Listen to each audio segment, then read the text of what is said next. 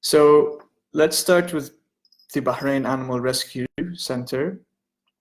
It's actually a continuation of the legacy of a blessed man whom I believe everyone in Bahrain should respect and appreciate his efforts and his whole life that he dedicated into making this place a better place for everyone. Of course, it's not only him and his team and the volunteers who are both from Bahrain and abroad. Tony, if I'm not mistaken, started his journey into animal rescue and welfare before I was even born. So I wasn't even here. I didn't even exist when he started this. However, by the end of his days, may his soul rest in peace, a lot of volunteers came and supported him and took over. And one of those volunteers is Sandy Tom. She is now with a board of trustees who are helping us manage and run the center,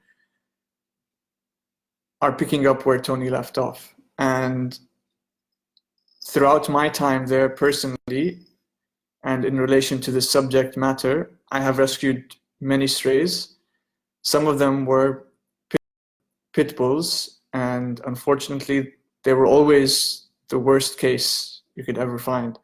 I picked up a few days ago was clearly a victim of dog fighting and abuse. His face was all scratched, and one of his paws was inflamed. So this is just to give you a very brief history. But again, we don't only have pit bulls, we have many kinds of other breeds, mixed breeds mostly, what we call desert dogs most commonly, or sometimes Bahraini special mixes, which is a funny name. And yeah, we're also a shelter for rehabilitation. We help not only rehabilitate the pit bull dogs that were in fighting cages and stuff like that, but we also rehabilitate timid dogs, dogs with trauma. We have many, we had many, a lot of them have been adopted successfully, thank goodness. To our partnership with associations in Canada, the UK, now we're also expanding to Europe and the US. So that's a brief, short background of the center. And some of the other dogs that we have been rehabilitating, like Lucky, who is a three-legged Dalmatian who used to be terrified of people, but now is doing so much better. And we have lots of pit bulls. Polly is one of them. Polly came in with half of her face torn, like she had no skin because of the fighting, and now she's so much better. Go quickly now into the petition itself, and why pit bulls? Like, why is the title ban pit bull fighting in Bahrain? Now, the thing is, if we're going to start in this, what about this or what about that, we won't finish. I mean, I could say, but what about, cats? Why only dogs? What about other breeds of dogs? Why only pit bulls? Now, that's not the idea here. The point is that we have to use some strategy sometimes to get things done. Now, because of the reputation that pit bulls have, and because of it being a highly controversial subject, and because we know that it will attract attention not only locally but all over the world, globally, we chose to do this. And also because of the severity of the cases. The thing is, you always want to start with the most extreme case. You want to resolve the thing that really hurts the most. And of course, other animals are suffering, not only dogs and cats, but also birds. And we also have other smaller animals that are suffering around in the country and in the world. But with pit bulls especially, because of the reputation they have and because of the severity and just the violence involved, it will be a great place to start. And it's always good to take baby steps into implementing change, you know, slowly but surely. That's how the saying goes. So we want to start with fighting and breeding. Now, another question is about legislation, which I will go through to next in detail.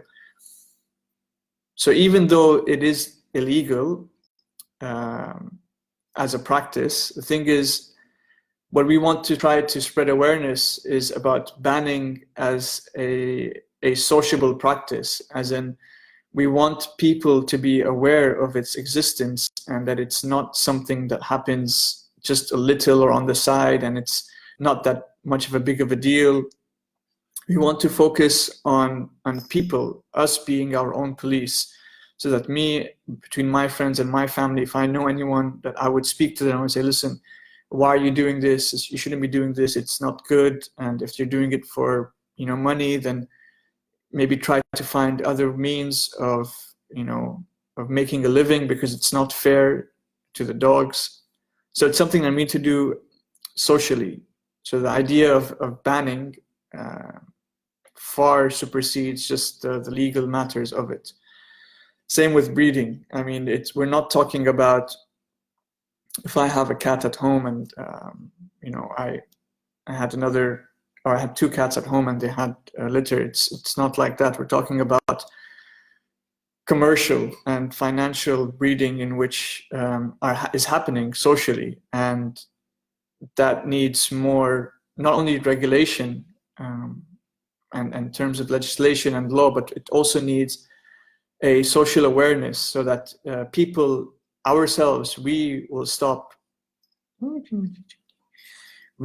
ourselves from practicing these things. Because if people stop doing it by themselves, then even the laws and the police and the government shouldn't have to intervene, because people have reached a level of awareness and education that stops them from doing these things. So this is really mainly the goal, that we want to raise, the level of awareness and the education of people so that they can stop these practices.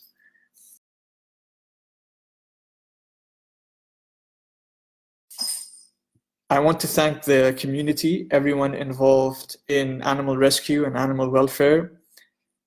BARC is forever grateful, I know this as a fact, to all the other volunteers, all our supporters, all the other rescue groups, whether they are official entities or not, whether they are volunteer teams, whether they are individuals.